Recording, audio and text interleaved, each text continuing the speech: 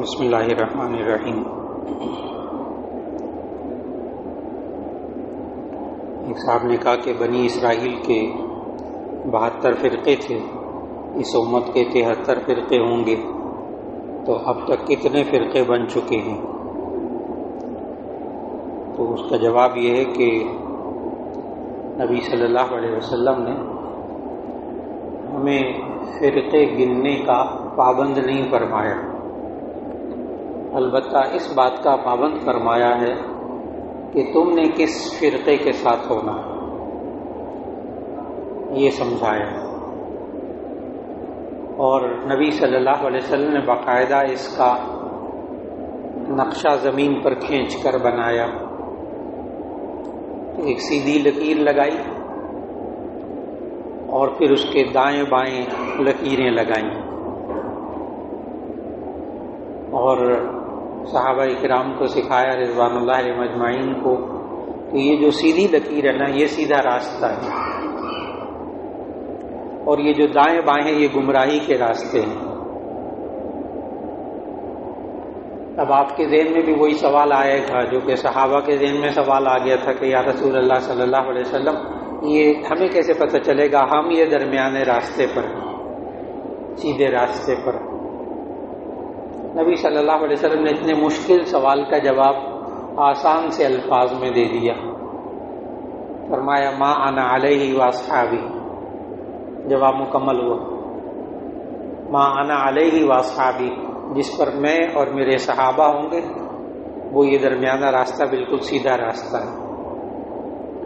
لہذا کوئی فرقہ، کوئی مکتبہ فکر جو دین نبی صلی اللہ علیہ وسلم لے کر آئے قرآن اور سنت اس کے مطابق ہے، جیسے صحابہ نے قرآن کو سمجھا، نماز کو سمجھا، روزے کو سمجھا، زکوٰۃ کو سمجھا اور معاملات کو سمجھا نبی صلی اللہ علیہ وسلم سے، تو ایسی صورت میں جو بھی مکتبہ فکر ہو، جو بھی مسئلہ ہو، وہ قرآن حکیم کی آیت کے مطابق، حدیث کے مطابق، تو ایسی صورت میں وہ شخص اور وہ فرقہ لازماً نجات پا جائے گا انشاءاللہ۔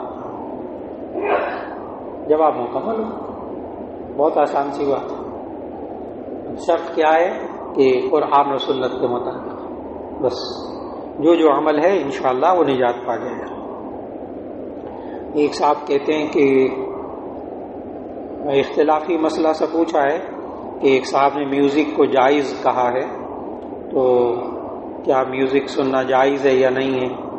اور آگے بھی سوال کیا ایک، تو اس کا جواب یہ ہے کہ گانا ایک ہے موسیقی، گانا کہتے ہیں جس کے ساتھ آواز بھی ہوتی ہے، اور موسیقی صرف ساز کو کہتے ہیں، تو یہ ساز اور آواز دونوں مل کر یہ گانا بن جاتا ہے،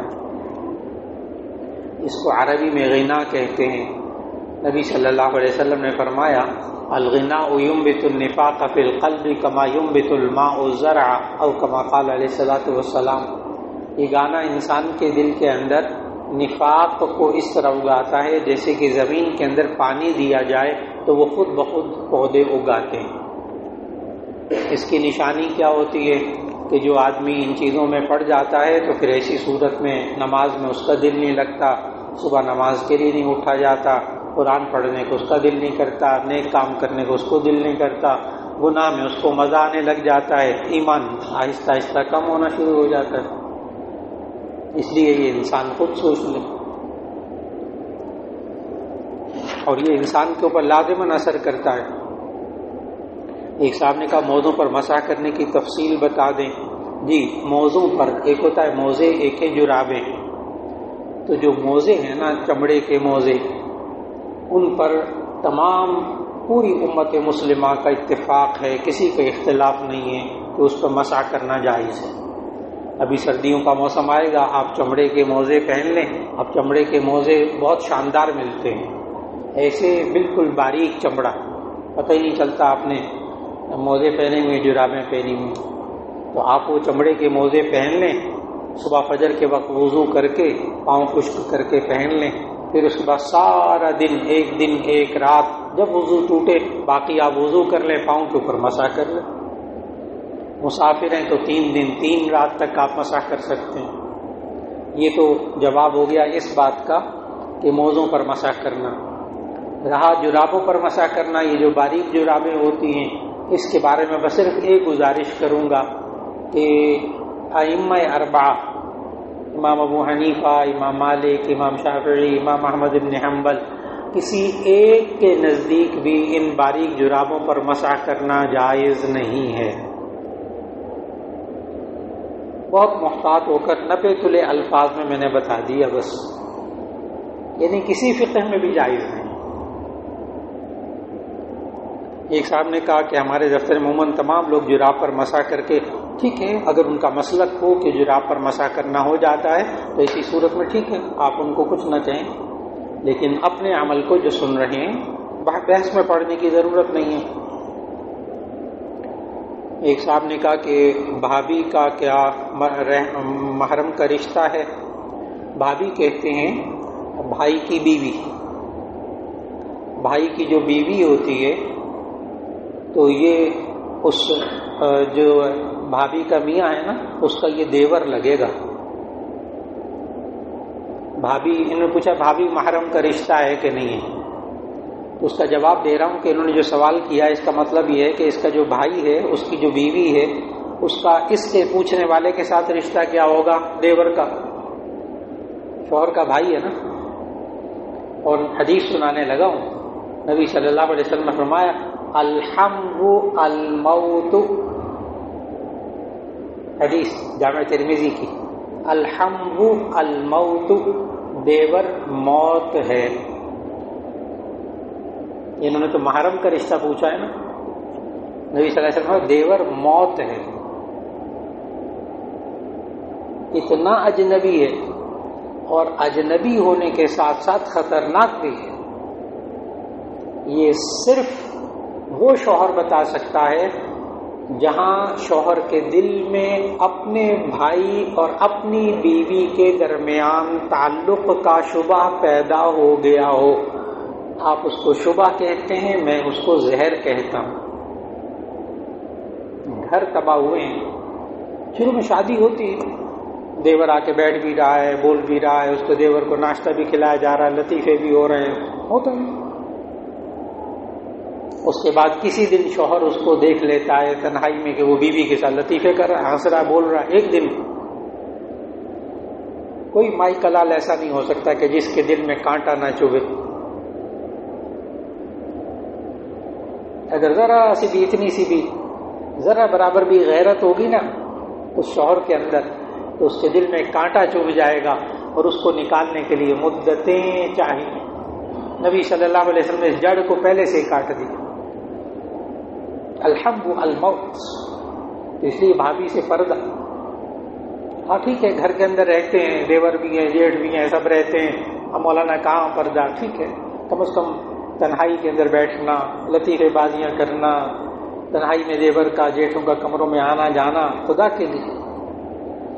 ورنہ جب دامن کو ہلکے سے آگ لگنی شروع ہوتی ہے، اس کا دھواں آتا ہے تو پھر کوئی قابو نہیں پاتا.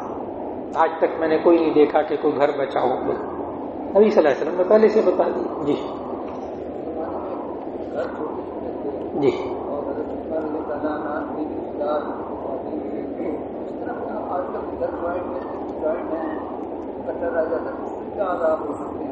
جی بھائی صاحب نے بہت مشکل سوال پوچھا ہے کہ اس زمانے میں بھی تو گھر ہوتے تھے، گھر چھوٹے چھوٹے ہوتے تھے.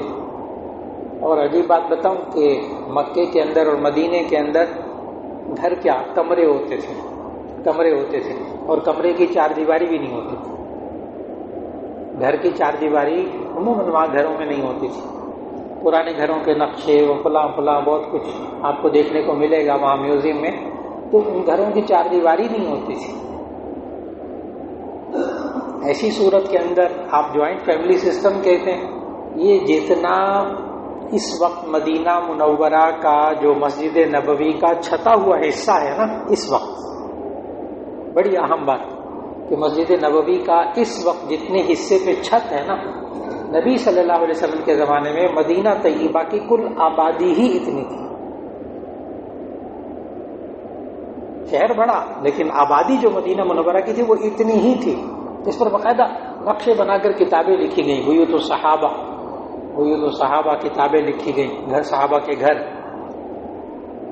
جب نبی صلی اللہ علیہ وسلم نے پردے کے احکامات نازل کیے اور سمجھایا، اور سورہ یہ چوتھے پارے کی آخری آیت، آخری رکوع چوتھے پارے کا حرمت علیکم امہاتکم وبناتکم، وہاں 13 خواتین ہیں جو محرم ہوتی ہیں، ان کو بتا دیا کہ ان کے ساتھ پردہ نہیں ہے، باقی سب کے ساتھ پردہ.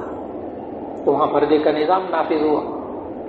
اب آپ کا جو سوال ہے نا آخری حصہ، وہ یہ ہے کہ اب جوائنٹ فیملی سسٹم کے اندر کیا کریں. اس کا میں نے جواب دیا کہ عورت اپنے جسم کو ڈھانپ کے رکھے، جسم کو ڈھانپ کے رکھے.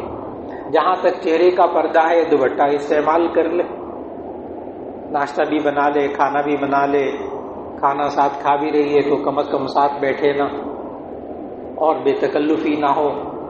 ان آداب کا خیال رکھ کر گھر میں وقت گزارا جا سکتا ہے. جو میں نے خاص طور پر پن پوائنٹ کی ہے نا جو باتیں، وہ یہ کہ خلوت میں تنہائی میں بیٹھنا دیور جیٹھ وغیرہ کے ساتھ، اور گپے مارنا، راتوں کے وقت جاگنا، اور مل جل کر تفریحی پروگرام دیکھنا، یہ چیزیں انسان پھر قابو نہیں پا سکتا. اس سے بچنے کی ضرورت ہے.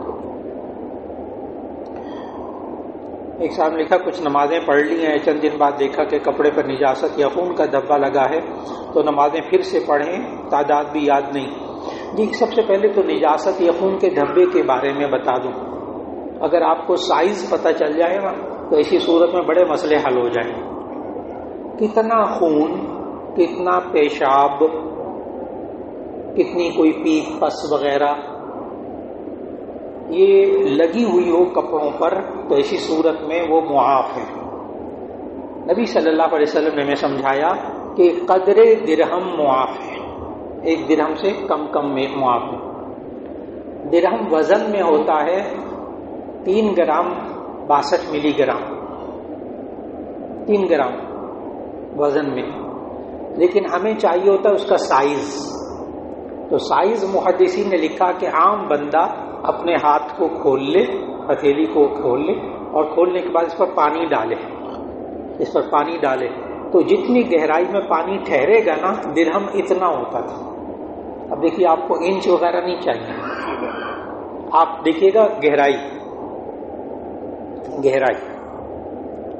اب مجھے بتائیے گا کہ اگر خارش کہیں چوٹ لگ گئی، کوئی خراش لگ گئی تو 1-2 قطرے خون کے نکل کر کپڑے پہ لگ گئے تو کیا 1 2 3 قطروں سے اتنی جگہ کور ہوتی ہے؟ نہیں.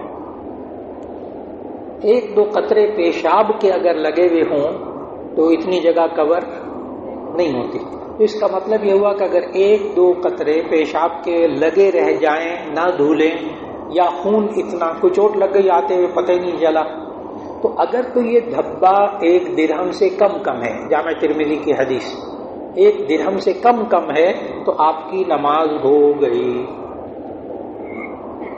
لیکن آپ نے دیکھنا ہوگا کہ آپ کے وضو کرنے کے بعد لگی یا پہلے، یہ اندازہ کرنا ہوگا. اگر وضو کرنے کے بعد ہوئی تو ایسی صورت میں 1 قطرہ بھی خون کا نکلا تو وضو ٹوٹ گیا، وہ نماز نہیں ہوئی. اب 2 باتیں الگ الگ ہو گئی. ایک ہوا خون کا قطرہ نکلا، اور ایک اور ہوتا ہے کہ بس اوقات میں خراش لگتی ہے، آتے ہوئے کہیں لگ گئی، موٹر سائیکل سے لگ گئی کچھ خراش، اور جہاں خراش ہے نا وہیں خون کے ذرات نکلے ہوئے ہیں، بہا نہیں، تو ایسی صورت میں وضو بھی نہیں ٹوٹتا، بدن بھی ناپاک نہیں ہوتا. یہ بڑی اہم بات. خراش لگے نا، خراش، اس پر سے خون کے دبے سے دانے دانے سے بن جائے، نکل آئے، لیکن بہے نہ خون وہیں خشک ہو جائے تو ایسی صورت میں وضو بھی نہیں ٹوٹے گا اور نماز بھی ہو جائے گی. اور اگر وہ خون کپڑوں پہ لگ گیا تو دیکھنا ہوگا کتنا. عام طور پر دھبا جو ہوتا ہے وہ چھوٹا ہی ہوتا ہے، اتنا بڑا ہو تو نظر آ جاتا ہے. تو چھوٹا سا دھبا ہو تو اب یاد کیجئے کہ اگر تو چوٹ لگی ہے کب لگی ہے. اس وقت کا جو وضو کیا ہوا تھا تو وضو تو ٹوٹ گیا، وہ نماز نہیں ہوئی. اس کے بعد وضو کر کے اگر نمازیں پڑھتے رہے ہیں انہی کپڑوں کے ساتھ تو ایسی صورت میں اتنی نجاست معاف ہے، اتنی نجاست معاف ہے. اسی طرح بس اوقات انسان وضو کر کے استنجا کر کے آتا ہے. جب آ رہا تھا تو پیشاب کا ایک قطرہ نکل آئے. اب ایک قطرہ اگر لگے تو کیا اگر کپڑے پر ایک قطرہ لگ جائے تو اتنی جگہ تو نہیں گھیرے گا نا 1 درہم کے برابر. کیا انسان وہ 1-2 قطرے جو پیشاب کے نکلے وہ پھر جا کر دھو کر وضو کرے یا اس سمیت بھی وضو کر کے نماز پڑھ سکتا ہے؟ اگر آپ کو بات سمجھ میں آئی ہے تو اس سمیت نماز پڑھ سکتا ہے.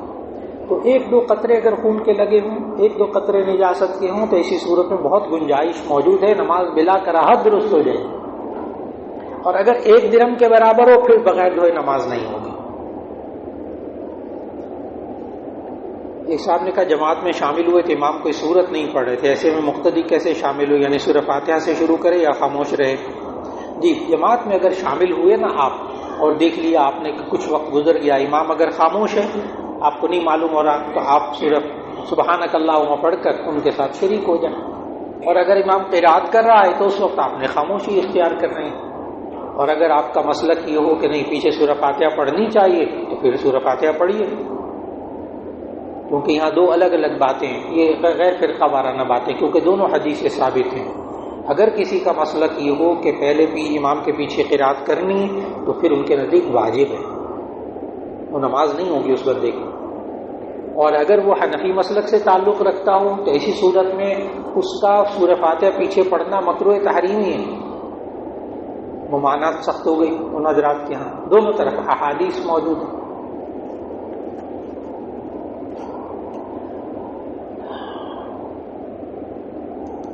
ایک صاحب کہتے ہیں کہ مسائل اور احکامات کے لیے اچھی سی اور مستند کتاب بتا دیں. جی، آپ کو عام مسائل زندگی کے چاہیے ہوں، ٹیڑھے میڑھے مسئلے نہ ہوں، بس آپ پیدائش سے لے کر موت تک کے، نماز کے مسائل، وضو کے مسائل، زکوٰۃ کے مسائل اور دوسرے عام زندگی کے، بچوں کی پرورش کے مسائل، لباس کے مسائل، پاکی ناپاکی کے مسائل. تو ایک کتاب ایسی ہے کہ جس میں ہر بات کا حوالہ موجود ہے اور آسان اردو میں ہے، اب انگلش میں بھی اس کی ٹرانسلیشن ہو گئی. وہ ہے اسوہ رسول اکرم صلی اللہ علیہ وسلم، ڈاکٹر عبدالحی عارفی رحمۃ اللہ علیہ. مولانا تقی عثمانی صاحب کے بھی شیخ، میرے بھی شیخ رہے، ڈاکٹر عبدالحی عارفی رحمۃ اللہ علیہ. ان کی کتاب اسوہ رسول اکرم صلی اللہ علیہ وسلم.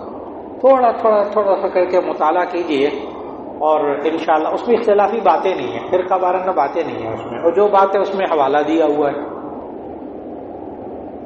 ایک صاحب کہتے ہیں جمعے کے اعمال مثلا سورہ کہف کی تلاوت، ناخن کاٹنا، والدین کی خبر پر فاتحہ، غسل وغیرہ، کیا یہ جمعرات کی رات کو یعنی شب جمعہ کو ادا کر سکتے ہیں؟ اصل میں یہ پوچھنا یہ چاہتے ہیں کہ اسلام میں پہلے رات ہوتی ہے بعد میں دن ہوتا ہے، یعنی رات آگے کے دن کے تابع ہوتی ہے. تو ایسی صورت میں جو جمعے کے دن کے کام ہوتے ہیں کیا رات کو کر سکتے ہیں؟ تو اس کا جواب یہ ہے کہ نبی صلی اللہ علیہ وسلم بعض کام تو جمعے کے لیے کہے، وہ آپ جمعے کی رات کو بھی کر سکتے ہیں، سورہ کہف پڑھنا وہ دن کو بھی کر سکتے ہیں، رات کو بھی. اب جمعے کی نماز کے لیے نہانا وہ رات کو نہ کریں، وہ دن کو کر لیں. خوشبو لگانا، مسواک کرنا، جمعے کی سنتیں، ناخن کاٹنا، تو وہ دن کے وقت میں کر لیجیے.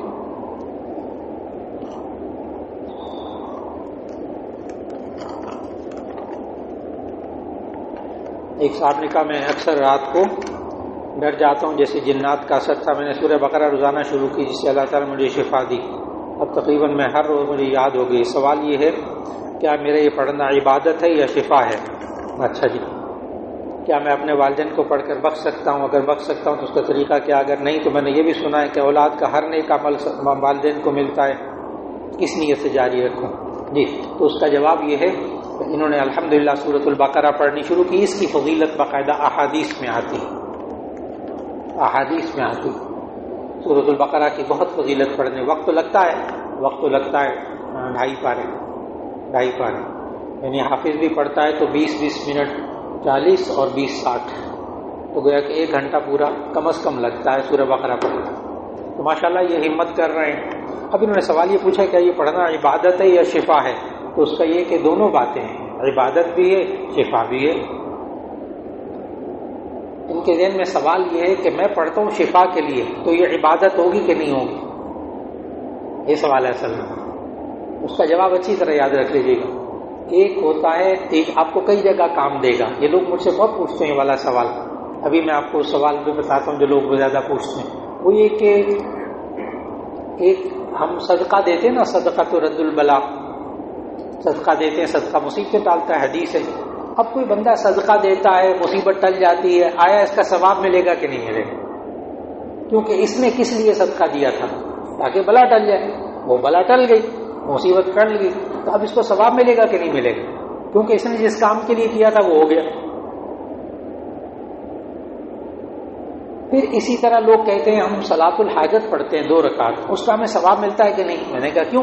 کہنے کہ وہ تو ہم نے اپنی ضرورت کے لیے پڑھا تھا، وہ اللہ نے ضرورت پوری کر دی، اب ثواب ملے گا کہ نہیں ملے گا؟ بڑا الجھا ہوا سوال ہے. لیکن آپ کو ایسا جواب ذہن میں رکھنا ہوگا جو انشاءاللہ بالکل ذہن واضح ہو جائے گا.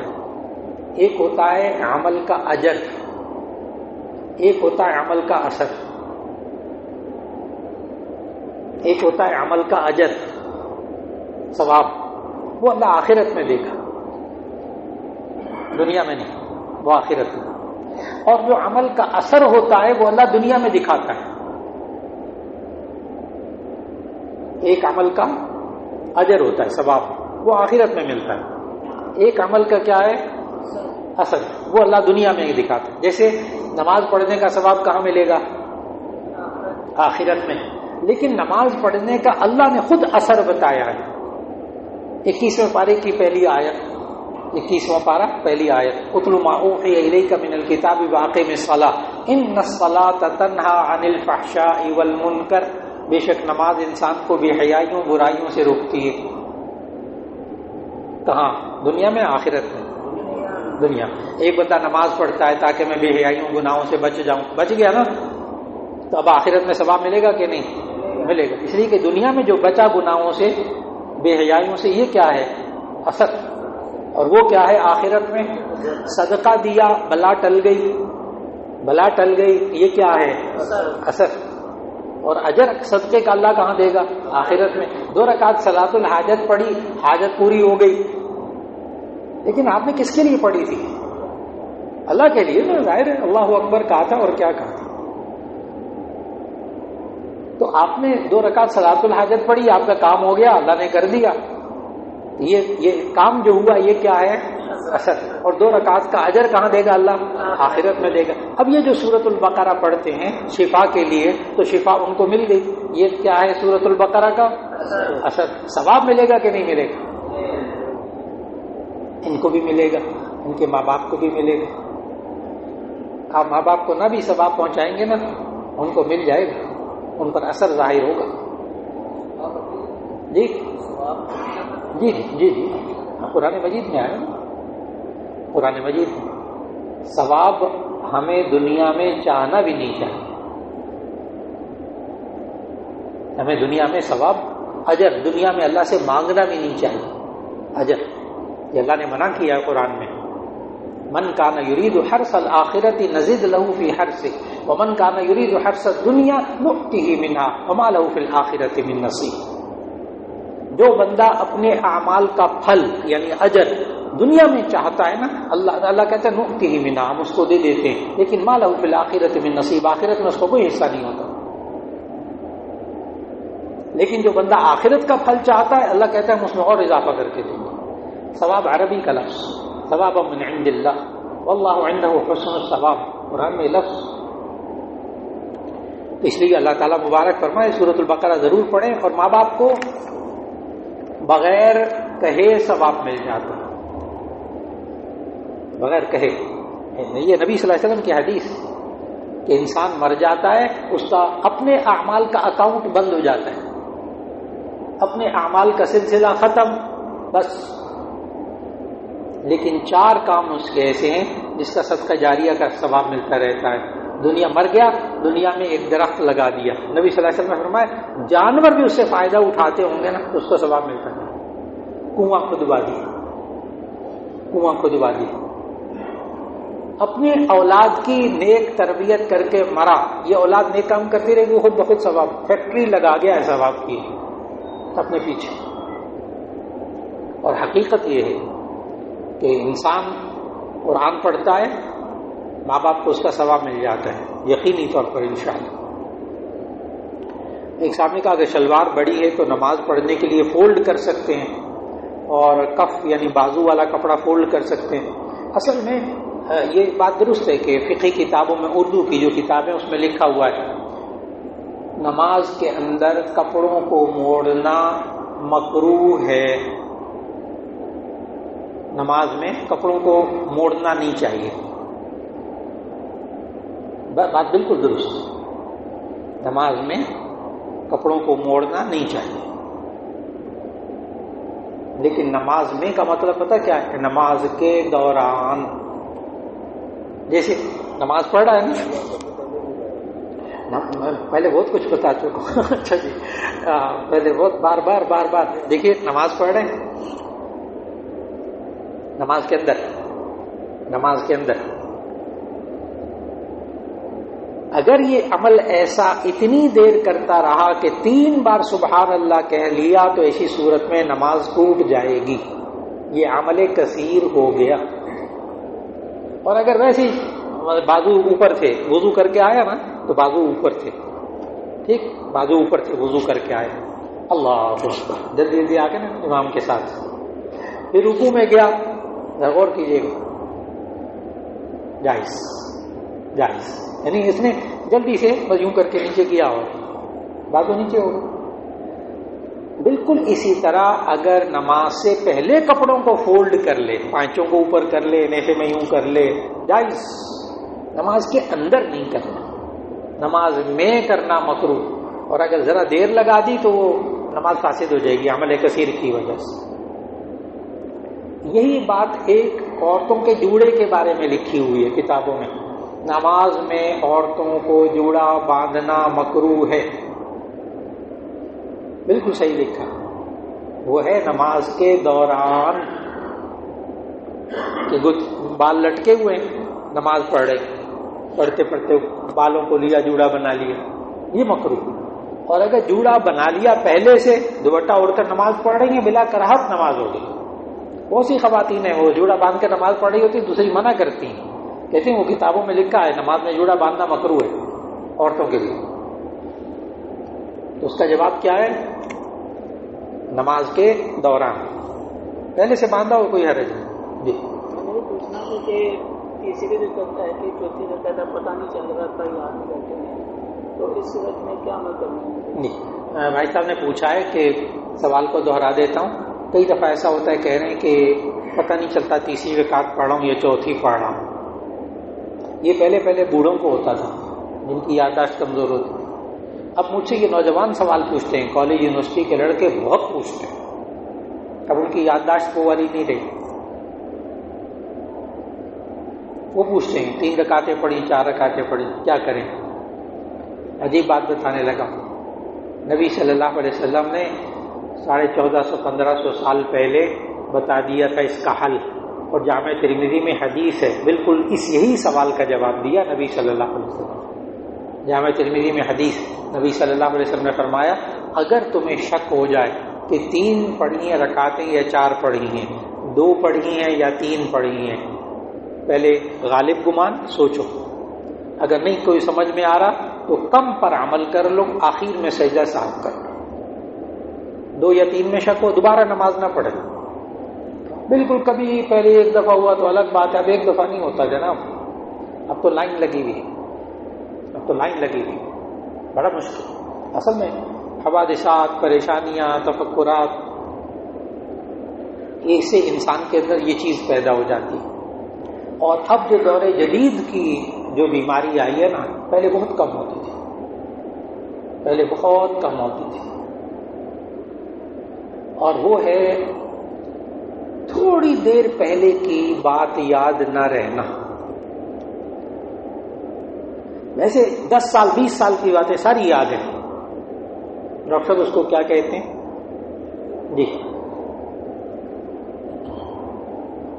ڈاکٹر صاحب، تھوڑی دیر پہلے یادداشت میں بات نہیں رہتی، اس مرض کو کیا کہتے ہیں، اس بیماری کو؟ جی نام یاد کہ نہیں؟ جی نہ شیزوفرینیا تو وہ تو بالکل آخری لاسٹ اسٹیج ہے نا، لاسٹ اسٹیج ہے جی. کوئی اور ڈاکٹر صاحب معلوم؟ جی جی نہیں ڈیمنشیا بھی نہیں، وہ بھی اور چیز، وہ بھی نیکسٹ اسٹیج. یہ بالکل فرسٹ اسٹیج ہے بالکل. ابھی انشاءاللہ اللہ ذہن میں ڈال دے. اور کوئی ڈاکٹر صاحب موجود ہوں تو بتا دیں. یہ جدید ترین دور کی بیماری ہے اور بہت پریشان کن. جی ہوتا میموری لاس ہے، لیکن یہ فوراً پہلے ذرا پہلے جی. کوئی صاحب نے نام ذہن میں ہو کسی کا؟ چلیے ابھی آ جائے گا انشاءاللہ.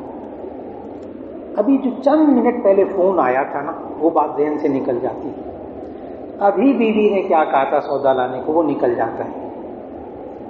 ابھی میں نے کیا کہا تھا، ابھی فوری چند سیکنڈ چند منٹ پہلے کی جو بات ہوتی ہے نا، وہ ذہن سے محو ہو جاتی ہے. یہ والی وہ بات ہے جس سے رکعتیں بھولتی. اصل میں بات یہ بتانا چاہتا ہوں، چند منٹ پہلے کی بات وہ ذہن میں نہیں رہتی. اور اس کے لیے انسان کو نماز کے اندر نبی صلی اللہ علیہ وسلم اس وقت سمجھا دیا تھا کہ اگر 2 یا 3 میں شک ہو تو کس پر عمل کریں؟ 2 پر. 2 سمجھیں. اور اگر 3 یا 4 میں شک ہو تو 3 پر عمل کریں. اور آخر میں پھر فوری طور پر سجدہ صاحب کر لیں، نماز ہو گئی. جس کو بار بار دہرائیں نا جی نمازوں کو، ورنہ بڑا ٹیڑھا مسئلہ ہے. وہ تو پھر یہ بندہ نماز ہی پڑھتا رہے گا. لیکن نبی صلی اللہ علیہ وسلم نے کتنی سہولت، کتنا دین آسان ہے. جی ابھی آپ بات کر رہے تھے نا تھوڑی دیر پہلے، میں یہی یاد کر رہا تھا کہ میں نے یہ والی مولانا صاحب سے بات کرنی ہے، میں کہہ رہا تھا جی یہ مجھے بولنا جی اس کا علاج بتاؤں آپ کو. یہ کہہ رہے بہت ہوتا ہے. اس کا علاج انسان کے پاس ڈائری، جو انسان یہ سمجھتا ہو تو جس وقت بات ذہن میں آئے اس کو لکھ لیجیے. آہستہ آہستہ اس بیماری پر قابو پا لیں گے بغیر دوائی کے. ایک ڈائری جیب میں رکھیں، قلم بالکل تازہ رکھیں، بس فوراً اس کو لکھ لیں. ٹیلی فون آیا اس کو لکھ لیں، کوئی بات آ گئی اس کو لکھ لیجیے. انشاءاللہ العزیز وہ بات پھر بھولے گی نہیں. ایک صاحب نے کہا بینک کا پینشنر پینشن سے اگر اپنے دوستوں کا اکرام کرتا ہے کہ یہ جائز ہے؟ جی ایسی صورت کے اندر بھرپور کوشش کیجیے کہ اگر وہ پینشن لیتے ہیں تو ایسی صورت کے اندر ان کے ہاں کبھی جائیں بھی تو خود کوئی کھانا لے جائیں، ان کے ساتھ اکرام میں شریک ہو جائیں. لیکن بینک کے نوکری کرنے والے کے ہاں بچنے کی کوشش ہو جائے. خاص طور پر اس بینک میں کام کرتے ہیں جس میں مکمل طور پر سود کا کام ہوتا ہے، اس سے بچنے کی کوشش ہو جائے. ایک صاحب نے کہا اگر کسی بندے کے کاروباری بندے سے اپنے لاکھوں کے حساب سے پیسے لینے ہوں کیا اس پر زکوٰۃ آئے گی؟ جی اگر کسی کاروبار میں تو بہت زیادہ ہوتا ہے، کبھی کسی سے 1 لاکھ لینا ہے، کسی 2 لاکھ لینا ہے، کسی سے 5 لاکھ لینا ہے، کسی سے کتنا لینا ہے. جس کاروبار میں آپ کو پتا ہو یہ پیسے بہرحال دے دے گا، ڈوبیں گے نہیں، دے دے گا، ٹائم لگے گا، آپ کو ہر سال اس کی زکوٰۃ دینی پڑے گی. اور اگر آپ بالفرض یہ سمجھتے ہو پتہ نہیں دے گا کہ نہیں دے گا، اگر سمجھتے ہو پتہ نہیں دے گا کہ نہیں دے گا، یہ عموماً قرض میں ہوتا ہے، یہ کاروبار میں بہت کم قرض میں ہوتا ہے، پتہ نہیں وہ دے گا کہ نہیں دے گا. تو اگر اندازہ ہو کہ دے نہیں سکے گا بیچارہ تو آپ پر زکوٰۃ فرض نہیں ہوگی. اور اگر اس نے وہ قرض واپس کر دیا زندگی میں کبھی تو پچھلے سارے سالوں کی زکوٰۃ دینی پڑے گی. اور اگر نہ دیا اس نے ٹھیک ہے، آپ کے ذمہ ہے ہی نہیں اس کی زکوٰۃ. یہ کہتے ہیں کہ اذان کے دوران قضاء حاجت کے لیے جانا کیسا ہے؟ یہ بڑی آپ نے عجیب بات پوچھی ہے. بہت سے نیک لوگ اور بعض خواتین بھی اذان ہونے کا وقت ہو نا تو واش روم نہیں جاتی اور وہ ثواب حاصل کرنا چاہتی ہیں اذان کا جواب دے کر. اصل بیچ میں یہ ہے، ورنہ اذان ہو رہی ہو آپ واش روم چلے جائے کوئی حرج، وہ گناہ کی بات نہیں ہے. لیکن اصل بات کیا بیچ میں کہ وہ اذان کا جواب دے کر ثواب حاصل کر. کوئی بات ابھی 2 منٹ میں 1.5 منٹ میں نماز اذان مکمل ہو جائے گی تو میں ذرا جواب دے کر پھر واش روم چلی جاؤں. یہ خواتین بھی بات نیک خواتین کرتی ہیں بات جائز، لیکن اذان کے دوران واش روم میں جانا، قضاء حاجت کے لیے جانا جائز ہے، اس کی کوئی پابندی نہیں ہے۔ ایک صاحب نے کہا کیا داڑھی کو خضاب لگانا چاہیے؟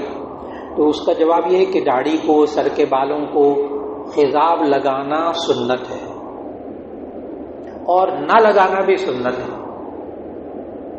یہ عجیب سی سنت ہے، داڑھی کو خضاب لگانا، بالوں کو خضاب لگانا، ڈائی کرنا، یہ سنت ہے، اور نہ لگانا یہ بھی سنت ہے۔ میں نے 25 سال لگایا خضاب، سنت ادا کر لی۔ جب اس خضاب سے الرجی ہونے لگی، ڈاکٹروں نے منع کر دیا تو لگانا چھوڑ دیا۔ دونوں سنتوں پر اللہ نے عمل کی توفیق دے دی، 25 سال لگایا۔ لیکن نبی یہ دونوں ہیں کیوں؟ اصل میں نبی صلی اللہ علیہ وسلم نے ساری زندگی کبھی خضاب نہیں لگایا، ساری زندگی کبھی خضاب نہیں لگایا، کیونکہ صحابہ لکھتے ہیں، روایت کرتے ہیں، احادیث میں شمائل ترمذی میں حدیثیں موجود ہیں کہ نبی صلی اللہ علیہ وسلم کے سر کے بال، داڑھی کے بال کل جو سفید تھے نا، 14، 17، 18، 20، 4 روایتیں ہیں، 14، 17، 18، 20، بس صحابہ بالوں کو گنتے تھے، نبی صلی اللہ علیہ وسلم کتنے غور سے دیکھتے تھے۔ تو اتنے بال ہوں تو وہ خضاب کی ضرورت نہیں ہوتی، نبی صلی اللہ علیہ وسلم خضاب لگایا۔ لیکن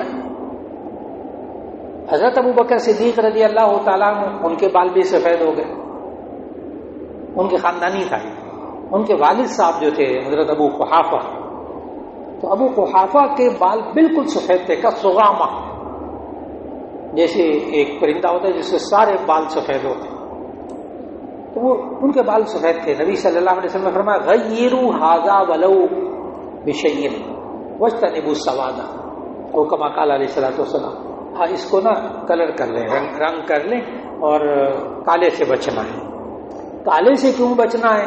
وہ نبی صلی اللہ علیہ وسلم کی الگ حدیث ہے، وہ فرمایا نبی صلی اللہ علیہ وسلم نے یکون قوما فی آخر الزمان یخضبون بهذا السواد كحواصل الحمام لا یجدون رائحۃ الجنہ، مشکل حدیث، کہ قیامت کے قریب کچھ لوگ ایسے ہوں گے، کچھ قومیں ایسی ہوں گی جو خضاب لگائیں گی، جیسے کہ حواصل الحمام، کبوتری کا پوٹا ہوتا ہے نکالا، بالکل کال بلیک، لا یجدون رائحۃ الجنہ، ایسے لوگ جنت کی خوشبو بھی نہیں پائیں گے۔ اس وجہ سے بالکل بلیک کلر لگانا مکروہ تحریمی ہے، لیکن چونکہ نبی صلی اللہ علیہ وسلم نے خضاب نہیں لگایا اس لیے نہ لگانا بھی سنت ہے، اور خضاب لگانے کی تلقین کی ہے اس لیے خضاب لگانا بھی سنت ہے، صحابہ کو حکم دیا اس لیے سنت ہے۔ جی اب جو بھائی صاحب نے سوال کیا ہے نا، کہہ رہے ہیں اگر بیوی کہے تو پھر فرض اور واجب ہے، اگر بیوی کہے تو فرض اور واجب ہے، اور بیوی کے اوپر بیوی کے بال سفید ہونے لگے تو وہ اس لیے کہ فقہاء نے لکھا اور محدثین نے لکھا اس حدیث کی تشریح میں کہ اگر بیوی سمجھے گی کہ یہ بوڑھا ہو گیا تو اس کی بیوی کی عفت اور عصمت میں فرق آئے گا، اور اگر بیوی کے بال سفید ہو گئے جلدی تو شوہر کہے گا یہ بوڑھی ہو گئی، شوہر کی نظروں میں فرق آئے گا۔ اس لیے فقہاء نے لکھا کہ میاں بیوی ایک دوسرے کے لیے کالا خضاب لگا سکتے ہیں۔ اسی طرح محدثین نے لکھا کہ مجاہدین، یعنی ایک بریگیڈیئر ہو جائے، میجر جنرل ہو جائے اور اس کے بال سفید ہو جائیں تو لوگ کہیں گے بوڑھا، چنانچہ جو آرمی ہے اس کے اندر بلیک خضاب لگانا بالکل جائز، فوج کو مجاہدین کو کالا خضاب لگانا جائز۔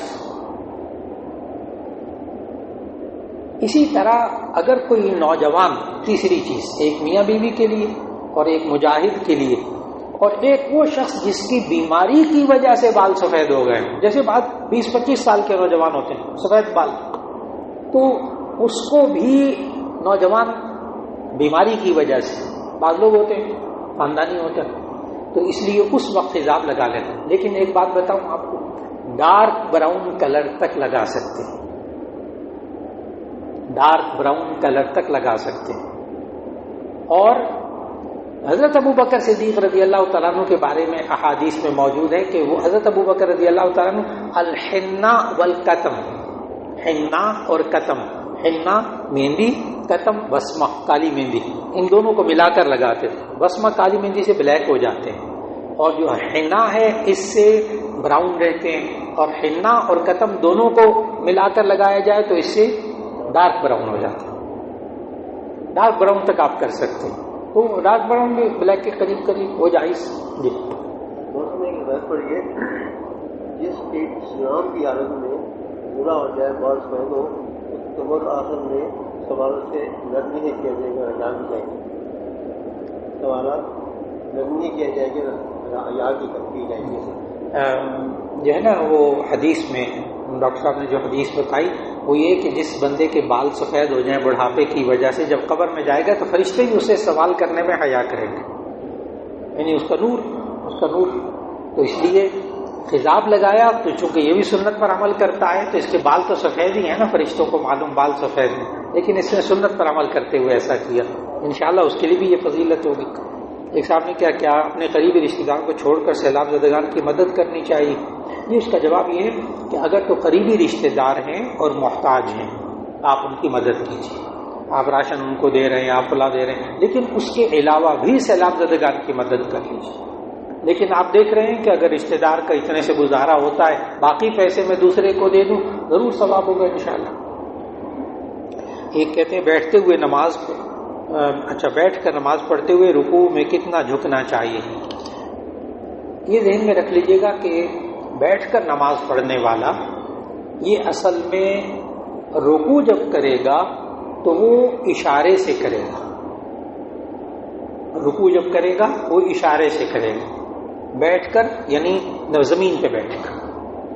اس لیے زمین پر بیٹھ کر یا کرسی پر بیٹھ کر اگر کوئی نماز پڑھ رہا ہو تو وہ رکوع کرے گا اشارے کے ساتھ. یہ میں اس لیے بول رہا ہوں کہ فرض مقدار جو کھڑے ہونے والے کی ہے نا وہ اتنی ہے کہ اتنا جھکنا فرض ہے کھڑے ہوئے شخص کے لیے کہ اس کے دونوں ہاتھ گھٹنوں تک پہنچ جائیں. ایک منٹ آپ کیجیے آرام آرام سے، بس کھڑے ہیں نا، رکوع میں جائیے ذرا، اور جب گھٹنوں تک ہاتھ پہنچ جائے تو رک جائیں. بس غور کیا آپ نے، اس کے گھٹنوں تک ہاتھ پہنچ گئے، بس اتنا جھکنا فرض، اور بالکل سر اور کمر برابر یہ سنت، سر کمر کولے برابر یہ سنت. بیٹھ رہے تو بیٹھ کر اگر نماز پڑھ رہے ہو تو تب آپ نے جھکنا ہے اتنا جتنا جھک سکتے ہیں. اور اگر آپ سجدہ نہیں کر پا رہے کسی وجہ سے کرسی پر بیٹھ کر تو پھر آپ نے سجدہ بھی اشارے سے کرنا ہے، رکوع بھی اشارے سے کرنا ہے. اس وقت کیا ہے، جتنا آپ زیادہ سے زیادہ جھک سکتے ہو بغیر تکلیف کے اتنا ہو جائے سجدہ، اور اس سے کم جھک جائیں گے وہ ہو جائے گا رکوع. کوئی مقدار مقرر نہیں، وہ آپ کی سہولت، آپ کے اطمینان پر. البتہ بعض میں کرسی پر نماز پڑھنے والے حضرات کو دیکھتا ہوں، وہ نا جب سجدہ کرتے ہیں نا، سجدہ رکوع کرتے وقت تو ہاتھ گھٹنوں پہ رکھتے ہیں، سجدہ کرتے وقت یوں کر کے جھکتے ہیں. یہ غلطی نہیں کرنی چاہیے، یہ غلطی نہیں کرنی چاہیے. جائز ہے، سجدہ ہو جاتا ہے ان کا، لیکن ان بیلنس ہو کر وہ گرتے ہیں سر کے بل، بہت زبردست چوٹ لگتی ہے. اس لیے بیٹھنے کے بعد آپ جھک جائیے جتنا، لیکن گھٹنوں پہ سہارا رکھیں. اگر ہوا میں رک کر جھکے نا تو وہ کئی دفعہ ان بیلنس ہوتا ہے، الٹ جاتے ہیں، کرسی سے الٹ جاتے ہیں. وہ غلطی نہ کریں.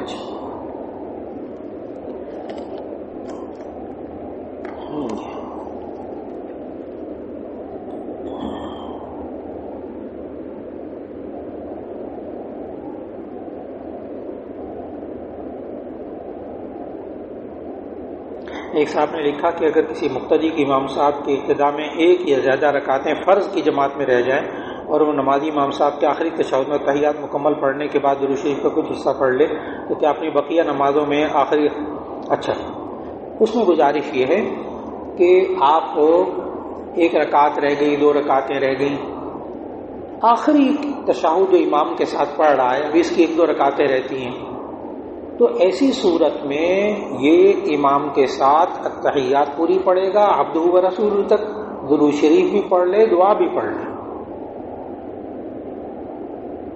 درود شریف بھی پڑھ لے، دعا بھی پڑھ لے.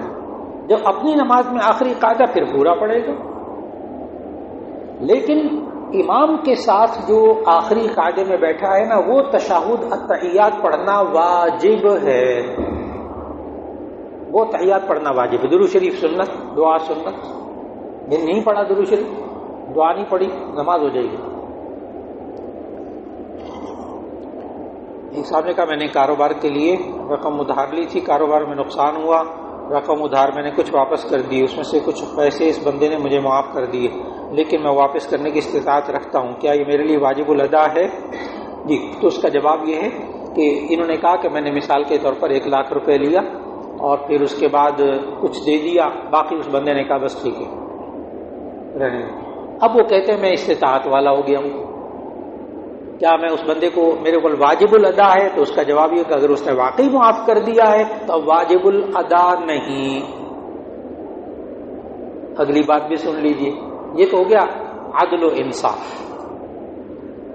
لیکن آپ اب استطاعت ہو گئی، آپ کے پاس پیسے آ گئے، اس نے معاف کر دیے، بالکل ٹھیک، 50,000 آپ نے دے دیا، 50,000 رہتا تھا۔ اب جب صاحب حیثیت ہو گئے، یہ باقی 50,000 روپے اس کو لفافے میں ہدیہ دے دیجیے،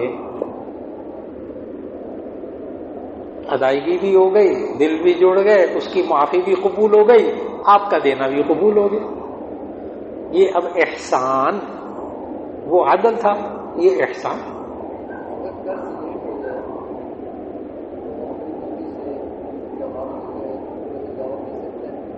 جی بھائی صاحب نے کہا ہے کہ سوال میں دہرا دوں، کسی بندے سے قرض لیا کہ جی میں 1 سال میں آپ کو واپس کر دوں گا، وہ 1 سال کے بجائے 2 سال میں واپس کیا، 1 لاکھ روپے لیا تھا اس سے۔ اب ان کا سوال یہ ہے کہ بیچارہ 2 سال میں نے واپسی میں دیے ہیں، تو میں کیا اس میں تھوڑا سا اضافہ کر کے دے دوں،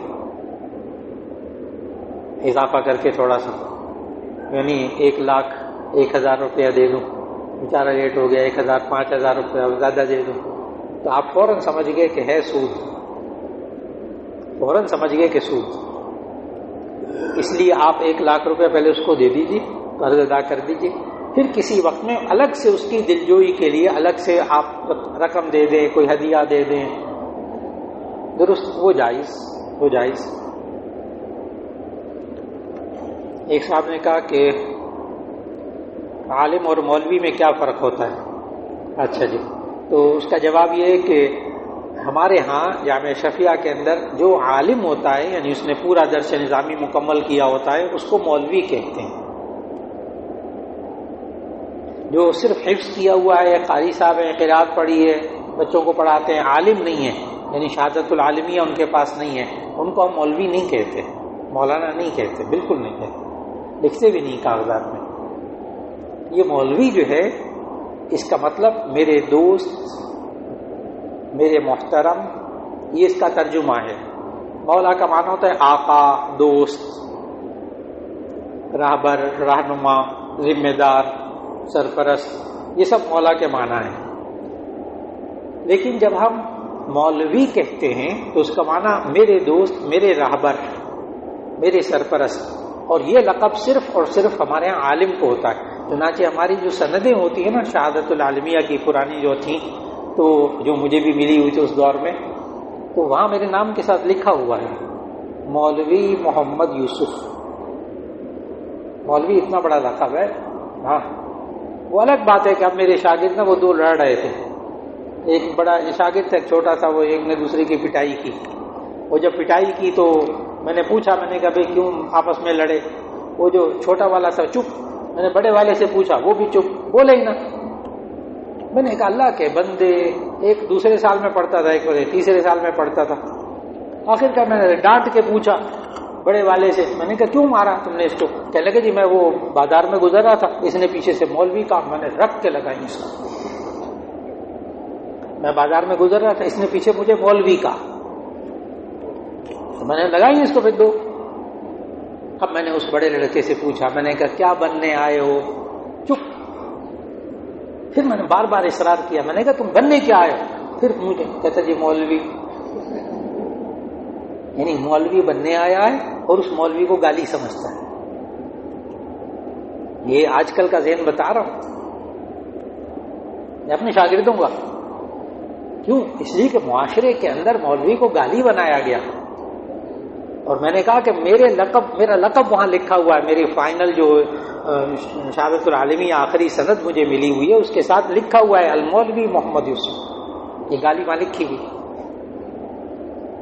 یہ لقب تھا. آج ہمارے معاشرے میں اس کو گالی بنا ہے. لیکن الحمدللہ جو لوگ مولوی کا مطلب سمجھتے ہیں وہ الحمدللہ وہ آج بھی محتمم صاحب مجھے کوئی لکھتے ہیں تو وہ لکھتے ہیں مولوی یوسف صاحب یہ ذرا دیکھ لینا. لیکن قاری صاحب کو نہیں کہیں گے. قاری صاحب کو قاری صاحب، حافظ صاحب کو حافظ صاحب. مولوی صرف کس کو ہمارے یہاں کہتے ہیں؟ عالم کو. تو ہمارے شعبے میں تو گالی ہی نہیں، طلبا کو ذہن بنانا پڑتا ہے. ایک صاحب نے کہا خلافت کا کیا مطلب ہے؟ جی خلافت کا مطلب ہوتا ہے خلیفہ بنانا، اور خلافت ایک نظام کو کہتے ہیں جس میں سب لوگ آپس میں مشورہ کر کے رائے طے کرتے ہیں، اور مشورہ کرنے والے وہ ایرے غیرے نہیں ہوتے، سب معاشرے کے منتخب لوگ ہوتے ہیں بس. اس کے مقابلے میں لفظ جمہوریت ہے. سیاست نہیں بتا رہا، لفظ جمہوریت کا معنی تھا اکثریت. جمہوریت کا معنی اکثریت. اس نے اتنے ووٹ زیادہ لے لیے لہذا یہ کامیاب ہو گیا. اب وہ چاہے گیا گزرا شخص ہے، جاہل شخص ہے، کچھ ہے، بس اس کی رائے بہت اہم ہے اور اکثریت پر فیصلہ ہوتا ہے. خلافت کے اندر اکثریت پہ فیصلہ نہیں ہوتا. خلافت میں ہوتا ہے مشورہ. مجلس شورا کے ارکان منتخب کیے جاتے ہیں علم کی بنیاد پر، تقوی کی بنیاد پر، سمجھداری کی بنیاد پر. وہ جب منتخب ہو جاتے ہیں پھر مشورہ ہوتا ہے، امیر مشورہ لیتا ہے ہر ایک سے. ایسا اوقات سارے مشورہ کرنے والوں میں سے ایک بندہ ایک مشورہ دیتا ہے، امیر اس کو چن لیتا ہے، اس کے بات پر عمل کر لیتا ہے، باقی کو دکھ بھی نہیں ہوتا. یہ ہے خلافت. ابھی مشورہ ہو رہا تھا ایک معاملے میں، تو ایک صاحب بولے جمہوریت چڑھی ہوئی ہے نا، سروں میں چڑھی ہوئی ہوتی ہے، جمہوریت کا اپنا نشہ ہوتا ہے. تو مشورہ ہو رہا ہے، امیر صاحب بھی بیٹھے ہیں، بڑے جو بزرگ تھے وہ بھی بیٹھے ہوئے. ایک صاحب بولے جو مشورہ سب نے رائے دے دی، تو ایک صاحب بیچ میں سے بولے اچھے خاصے پڑھے لکھے، کہنے لگے ویسے اکثر کی رائے تو یہی ہے. نہیں سمجھ، اکثر کی رائے تو یہی ہے. تو امیر صاحب فوراً بول اٹھے، کہنے لگے جمہوریت بول رہی ہے. مشورے میں اکثریت کو نہیں دیکھتے. پھر وہ امیر فیصلہ کرتا ہے چاہے سارے ایک طرف ہوں، ایک طرف. یہ ہے خلافت. لیکن اس میں بنیاد کیا ہے کہ ان لوگوں کو منتخب کیا گیا ہے. بہرحال سیاست میں اس کو نہ لے جائی، میں نے فرق بتا دی. ذکر جاری اور خفی کو سیکھ کر کرنا چاہیے، جیسے مرضی کر لیں. جی وہ ایک خاتون جو ہے نا وہ اپنے بچے کو لے گئی، یہ ماڈل ٹاؤن میں بہت مشہور ہیں چائلڈ اسپیشلسٹ. تو اپنے بچے کو لے گئی خاتون، مرد بھی تھے. وہ ڈاکٹر صاحب نے بتایا واقعہ. تو کہنے لگے کہ وہ ماں آئی بچے کو 4 سال کا 3.5 4 سال کا بچہ کہ یہ بالکل سوکھ رہا ہے اور بالکل ہڈیاں اس کی نکل آئی ہیں، رنگ پیلا ہو گیا ہے، کھاتا کچھ نہیں ہے. تو ڈاکٹر صاحب نے ماں کو بھی بلایا، کہتے ہیں میں نے باپ کو بھی بلایا، انٹرویو لیا، باتیں پوچھی ساری. اچھا وہ 2000 فیس بھی دے کر آئے تھے. باہر وہ اٹینڈنٹ وہ بیٹھتا ہے نا وہ سیکرٹری، اس کو 2000 روپے فیس بھی کہتے ہیں دے دی تھی اس نے. تو وہ اندر آئے تو ساری بات پوچھی. چائلڈ اسپیشلسٹ ہیں بہت بڑے. تو کہنے لگے کہ میں نے اس کو کہا والدہ کو ساری بات سن کے نا اچھی طرح کہ بیوی بڑی پڑھی لکھی، بہت اچھے گھرانے کی خاتون، بڑی پڑھی لکھی قابل خاتون. کہا بیوی آپ نے بچے کو کھانا نہیں سکھایا،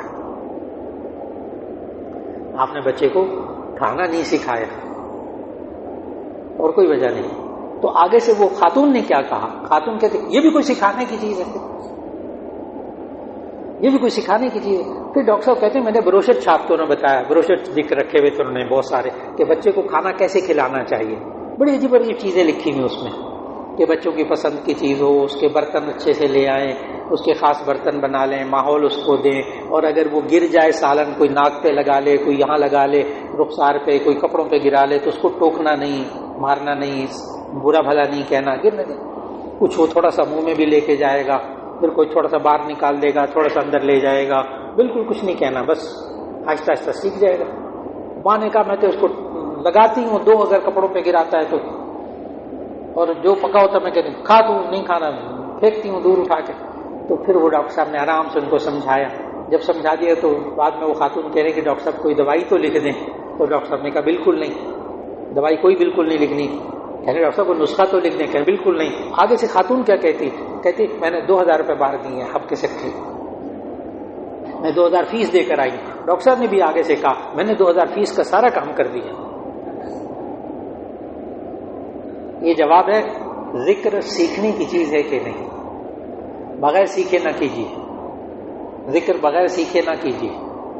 ہاں جو مصنون ذکر ہے جیسے سبحان اللہ، استغفر اللہ، درود شریف پڑھنا، اس کے سیکھنے کی ضرورت نہیں ہے، یہ تو نبی صلی اللہ علیہ وسلم نے سکھا دیے.